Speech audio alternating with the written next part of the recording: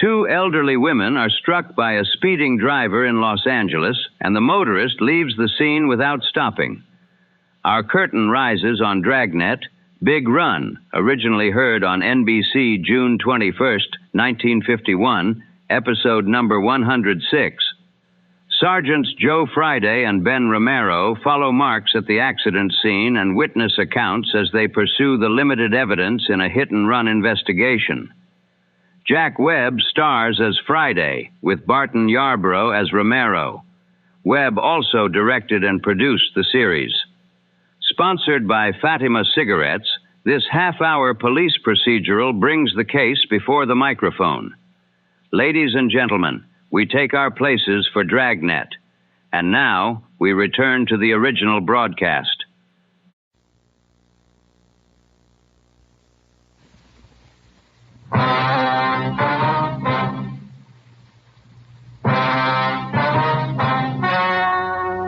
The story you are about to hear is true.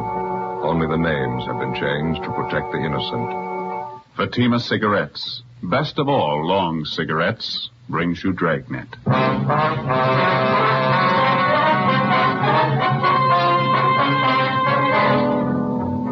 You're a detective sergeant. You're assigned to accident investigation, hit-and-run detail. You receive a call that two elderly women have been struck down in a crosswalk by a hit-and-run driver. The women lie in Georgia Street Hospital. Their condition is critical. Your job? Find the driver.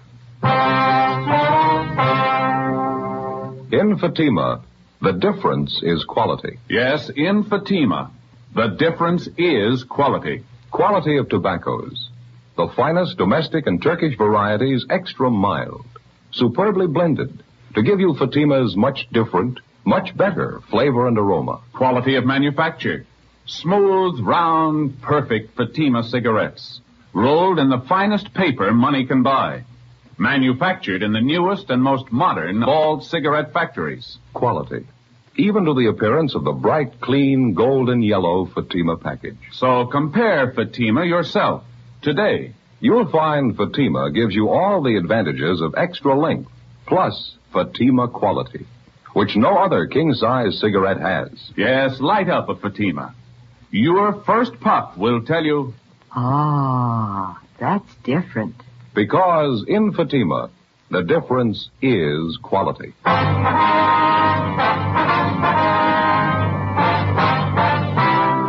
Dragnet, the documented drama of an actual crime. For the next 30 minutes, in cooperation with the Los Angeles Police Department, you will travel step by step on the side of the law through an actual case transcribed from official police files. From beginning to end, from crime to punishment, Dragnet is the story of your police force in action. It was Saturday, September 5th. It was mild in Los Angeles. We were working the day watch out of accident investigation, hit-and-run detail.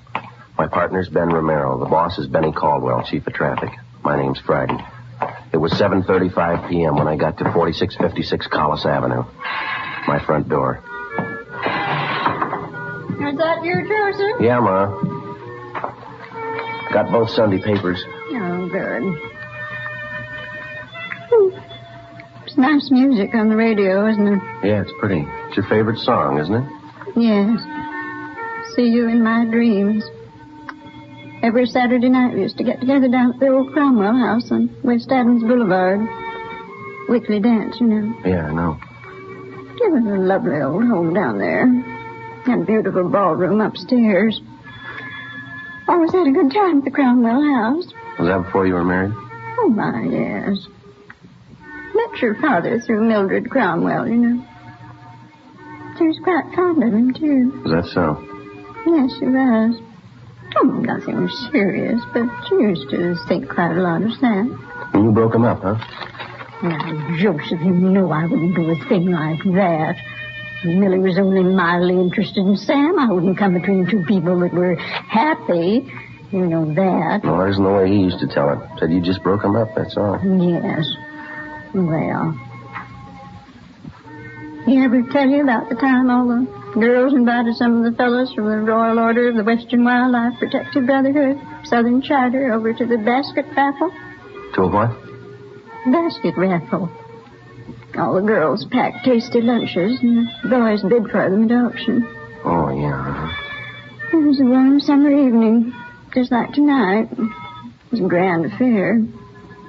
Annie Shellman was there with Jim Donahoe, and your father came with Lorenzo Fisher, the grand vizier of the wildlifers. Yeah, sounds like quite an evening. Oh, it was, Joseph, it really was. Samuel bid the highest for my basket, $10.15. I'll always think to this day that's the reason Millie Cromwell's been so cool toward me. Yeah, could be. You want part of the Examiner, Ma? Oh, thank you, son. I want to finish turning this collar in your shirt. Okay. You wouldn't think a basket lunch could come between two good friends, would you? A big pardon? What's that? Who'd ever think a basket lunch should break up a friendship like Millie Cromwell's and mine? No, ma'am, you wouldn't. I'll get it, Ma.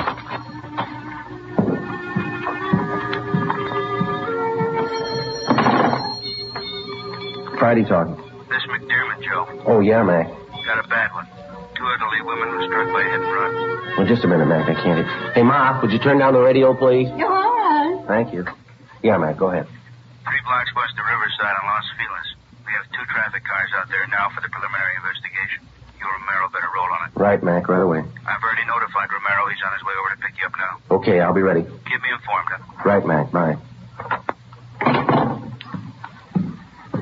Did you have to go back to work, Joseph? Yeah, where'd you put my flashlight, do you remember? It's right here in the desk. Okay, thank you. What is it, son? An accident? Yeah, bad one, it sounds like. Hit and run. Who was it? Did they say? A couple of elderly women struck down up on Los Feliz. Isn't that terrible? Yeah, Ma, they're all terrible. 10 minutes after I hung up the phone, Ben arrived, and at 8:10 p.m. we got to the intersection of Los Feliz Boulevard and Commonwealth Avenue. The bodies of the 2 victims had been removed and taken to the Georgia Street Receiving Hospital. One of the uniformed officers was taking photographs of the scene. His partner was picking up particles of glass and all physical evidence left by the hit-and-run driver. He identified himself as Officer E.W. Hyde, Unit 61T. Few pieces of the headlight lens and a chrome ring, about all. And this is the point of impact, huh? Yeah, that's right. It's 24 feet south of the northerly pavement and about 12 feet east of the westerly curb line. Right in the crosswalk up there, huh? Yeah. And freshly painted, the driver couldn't miss seeing it, could he? Yeah, it's well illuminated. Good street lighting up here. Hyde, were the signals in operation? No, they weren't. Boulevard stopped here, though. Blinkers are all in operation. How far were the bodies of the victims thrown?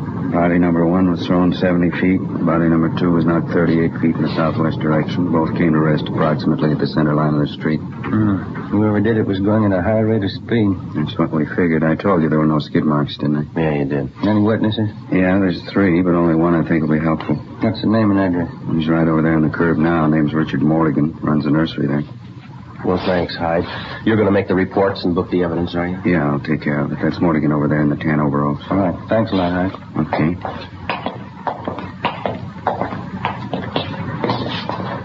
Your name, Richard Morgan, is that right, sir? Yeah, that's right. Police officers, Mr. Morgan. This is Sergeant Romero. How are you? Hi, sir. My name's Friday. We're out of accident investigation. I'd like to talk to you about the accident that just happened here. Sure was a bad one. Hope you catch those kids. Didn't even slow down.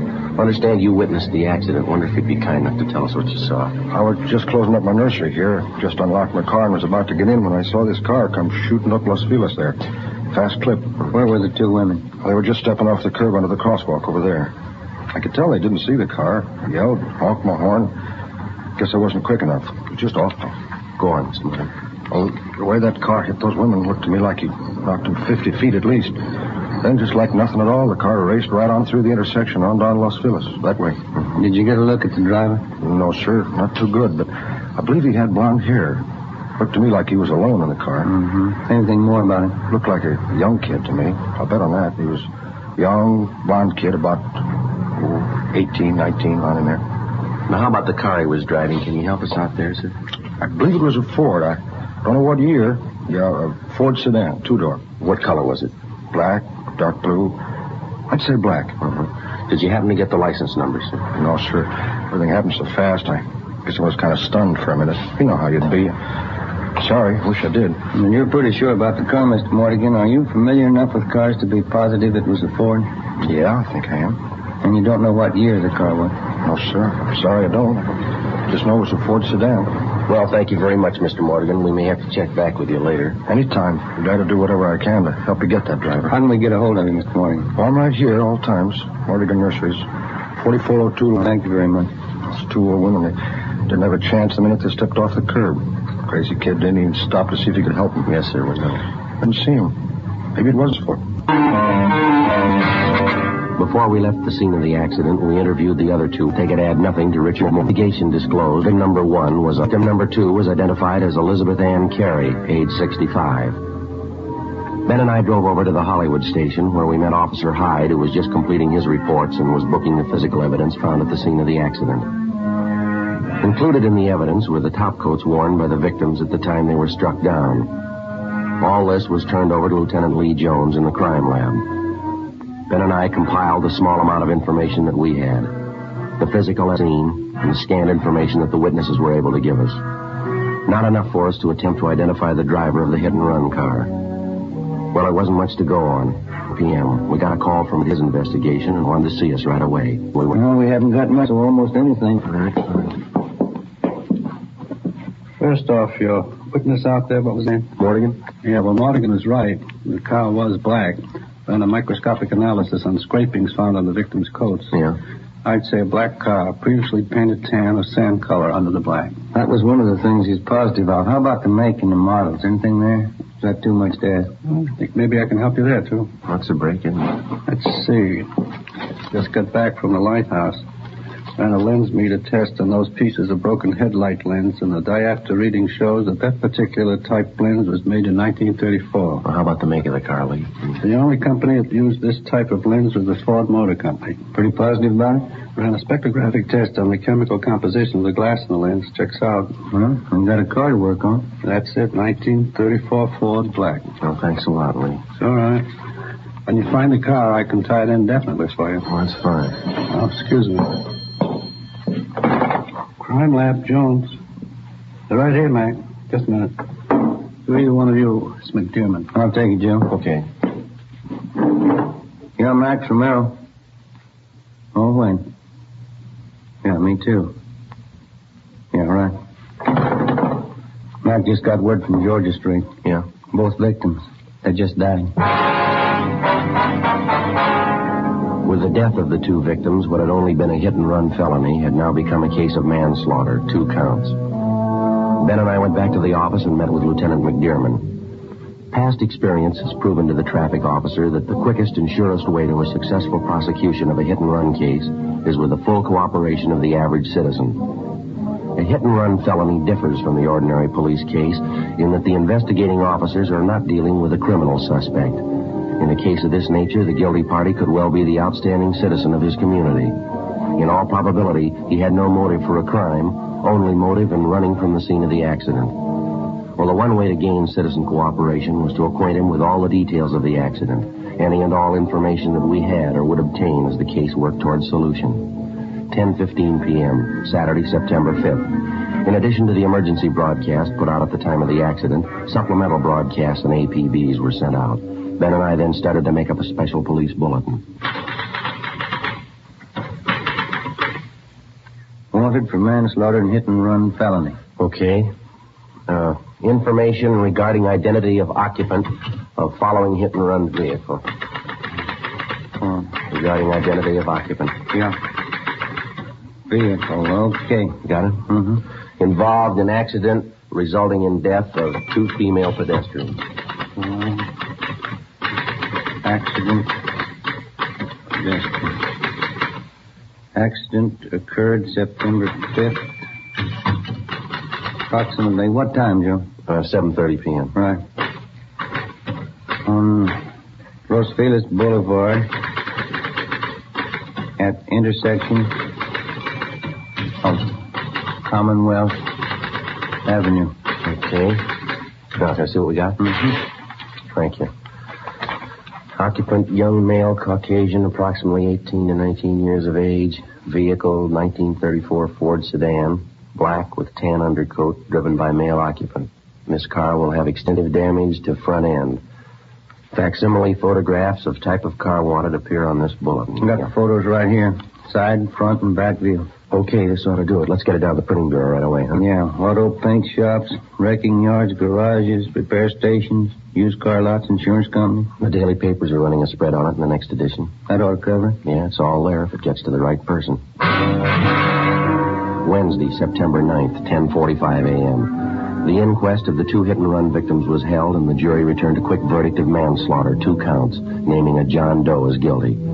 For the next 3 weeks, we received numerous phone calls concerning the black Ford sedan. All leads were checked out and failed to materialize.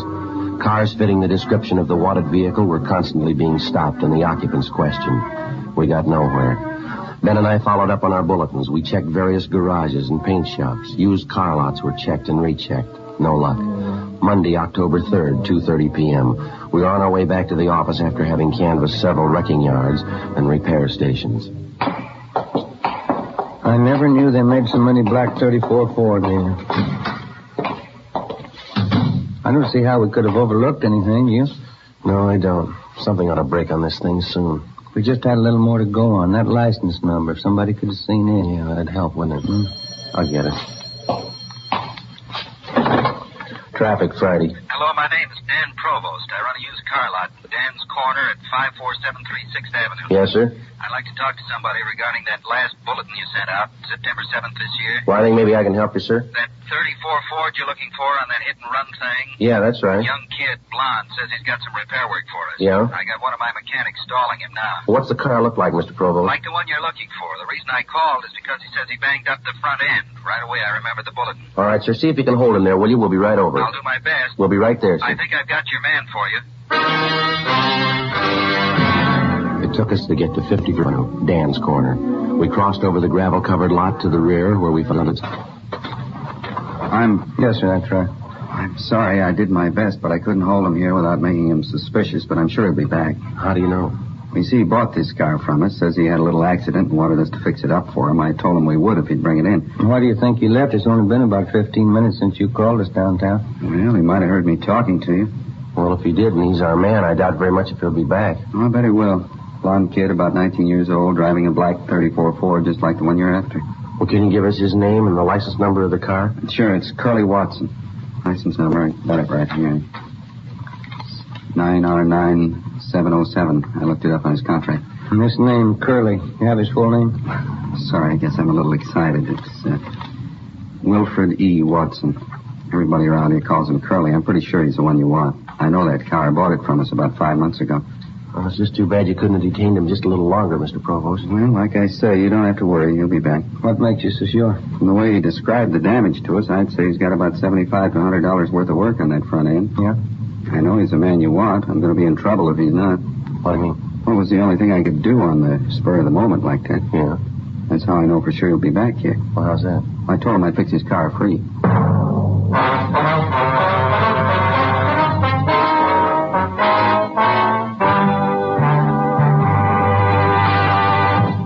You are in the forgery division of a Metropolitan Police Department. Handwriting analysis.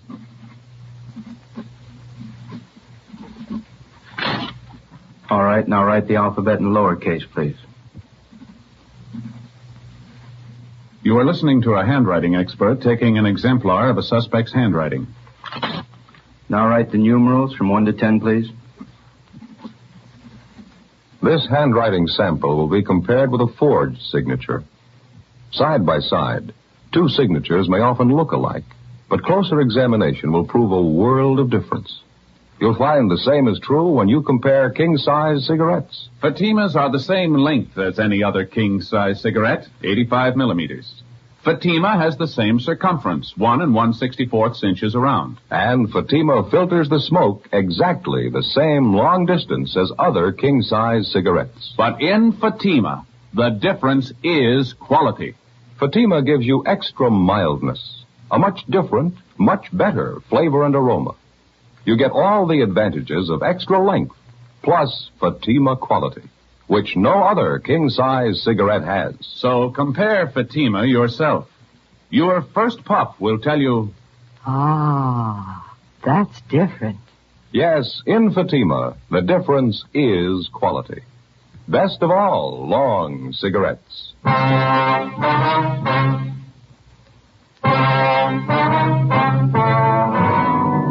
called Lieutenant McDermott and filled him in. He sent Sergeants Kilpatrick and McClendon out to relieve Ben and me and to maintain a stakeout on Dan's corner of the used car lot in the event the suspect should return. We went back downtown to R&I. Wilfred E. Watson had a record and was wanted by the Fresno Police Department where he had jumped bail. The charge was grand theft. We took Watson's mugshot back to the used car lot where he was positively identified by Dan Provost. Ben and I went to his last known address. The landlady told us that Watson had moved approximately a month ago and had not left a forwarding address. From his mama sheet, we obtained a list of his friends and associates. All efforts to locate him failed. The stakeout continued. We showed the mugshot to Richard Mortigan, the one good witness to the accident. He said he could not identify Watson as he did not get too good a look at him, but he stated that there was a possibility that he could be the man. A week went by.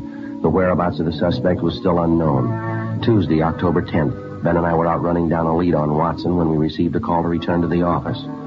Lieutenant McDermott met us as we got there. I put that call in for you. Anything doing there? I got a lead. I don't know how good it'll be, but we ought to check it out right away. Well, what do you got? We just received a call from the Santa Monica PD. Mrs. Agnes Hastings called in and gave him a little something. Yeah? As I say, maybe there's nothing in it, but see what you think. All right. The Hastings woman stopped in at a local soda fountain down there. The place is patronized by the hot rod crowd. Mm-hmm. Said she overheard part of a conversation between a couple of the kids. Yeah? This one dark-haired boy was sitting at the counter when another kid walked in the front door. The kid that came in had red hair. The dark-haired kid said, "Hi, Red," and the redhead sat down by him. Yeah. And one of the kids made some remark about the boy's red hair, asked him why he dyed it. The redhead said, "Well, they're looking for a blonde, aren't they?" Yeah. It could be a little something, huh? Yeah, I thought so. Then the Hastings woman followed the red-headed boy outside and took the license number of his car. Mm-hmm. Anything there? I don't know yet. Ran it through DMV, but it's not in the file. Mark Benson's got a call into Sacramento now. Anything new on Watson? No, nothing yet. Well, where can we find this Agnes Hastings, Mac? Oh, here's the address right here. Okay, thank you. Well, that's all she had. Said she'd been following the hit-and-run story in the papers. Thought this might be worth forwarding anyway. Yeah. Oh, just a minute. Mm-hmm. Traffic, McDermott. Oh, hi, Art. Yeah? Oh, you did, huh? Mm-hmm. Yeah, I see. Uh-huh. Yeah. Yeah, right. Bye. That was Art Kilpatrick. He and McClendon picked up Watson. Yeah, anything? They're bringing him in now. They say this Watson denies the hit and run. Jones will check his car over, then we'll know a little more. Well, there's not much we can do till we hear from Benson on the Santa Monica thing. Well, maybe there is. What's that? We got 2 leads. We can hope one of them's right. While waiting for the call from Mark Benson at CHP, Ben and I drove over to the police garage on South Figueroa. Wilfred Watson's car had been impounded, and Lee Jones had made his investigation. His findings eliminated Watson's 34 Ford as being the hit-and-run car. Investigation showed that Watson's car was involved in an accident, but this was 5 days prior to the killing of the 2 women pedestrians. Wilfred E. Watson was booked for the Fresno authorities for prosecution on their warrant. This left only the one lead, the red-headed boy who had dyed his hair. If Agnes Hastings' observations had been correct, the fact that the boy originally had blonde hair made him a possible suspect. 11 a.m. The information from DMV came through from Sacramento. The car was registered to a Calvin L. Martin, 16 Boardwalk Lane, Santa Monica. The car was a 1939 Dodge sedan, legal the same. 16 Boardwalk Lane was a small beach house facing out on the Pacific Ocean in the town of Santa Monica. 11:26 a.m. We arrived in front of the house. This is it, number 16. Yeah, all right, let's go up on the porch. Mm-hmm. I don't see anybody around. Looks like nobody's home. Well, let's try the bell. Mm-hmm.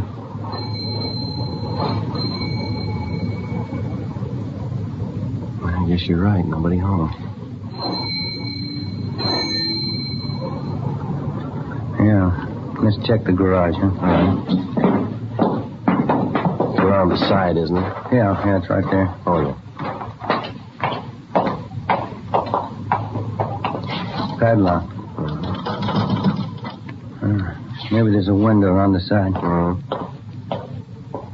Yeah. Come here, Joe. All right. Window's kind of dirty. I'll wipe it off a little. Yeah, that's better, huh? Can you see anything? Take a look, Joe. I see. Yeah. Looks like a 34 Ford to me. Notice the left front fender? Yeah. Pretty badly dented, isn't it? Looks like we're home, maybe, huh? Well, I'd like to get a closer look. Thanks a lot, Sid. See you back to work, huh? Sure. Okay. Young kid got out of a car out front. Looks like a redhead from here. Come on.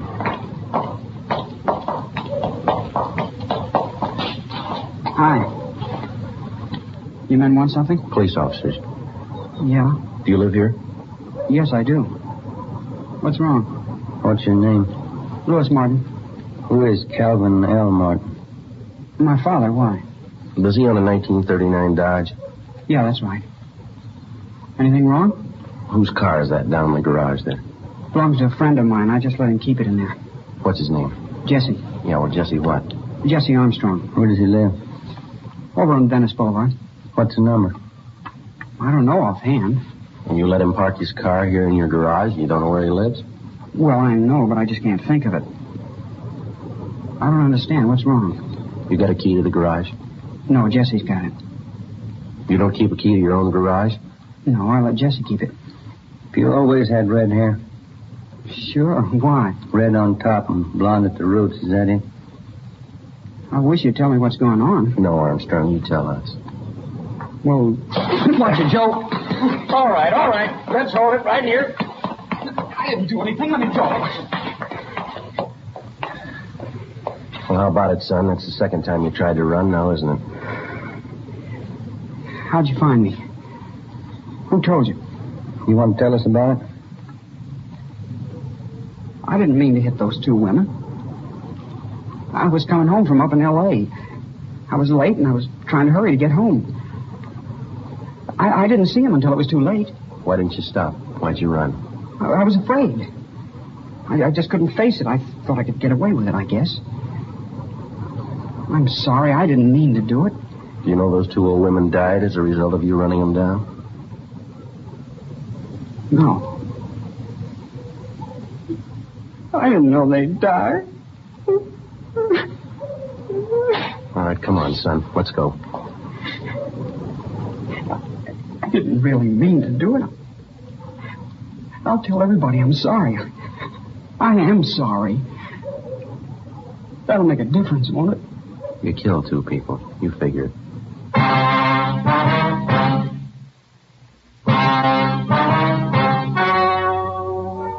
The story you have just heard was true. Only the names were changed to protect the innocent. On December 17th, trial was held in Superior Court, Department 81, City and County of Los Angeles, State of California. In a moment, the results of that trial. And now here is our star, Jack Webb. Thank you. Friends, I can give you over a dozen good reasons why Fatima is the best of all long cigarettes, but I'd rather let Fatima speak for itself. That's why I suggest that you buy a pack tomorrow, and then compare Fatima with any other long cigarette. You'll find, just as I have, Fatima's extra mildness gives you a much better flavor and aroma. You get all the advantages of extra length plus Fatima quality, which no other king-size cigarette has. Ask your dealer for Fatima, best of all long cigarettes.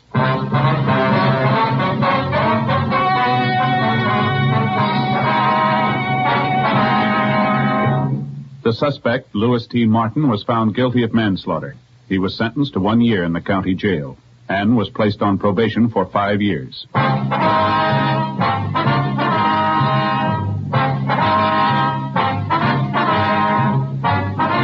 You have just heard Dragnet, a series of authentic cases from official files. Technical advice comes from the Office of Chief of Police W.H. Parker, Los Angeles Police Department.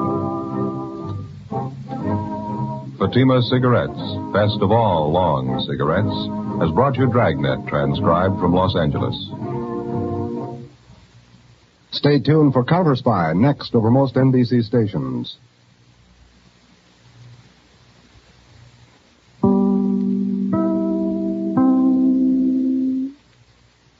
You have been listening to Dragnet, Big Run, first broadcast June 21st, 1951. Thank you for sharing this radio hour with us.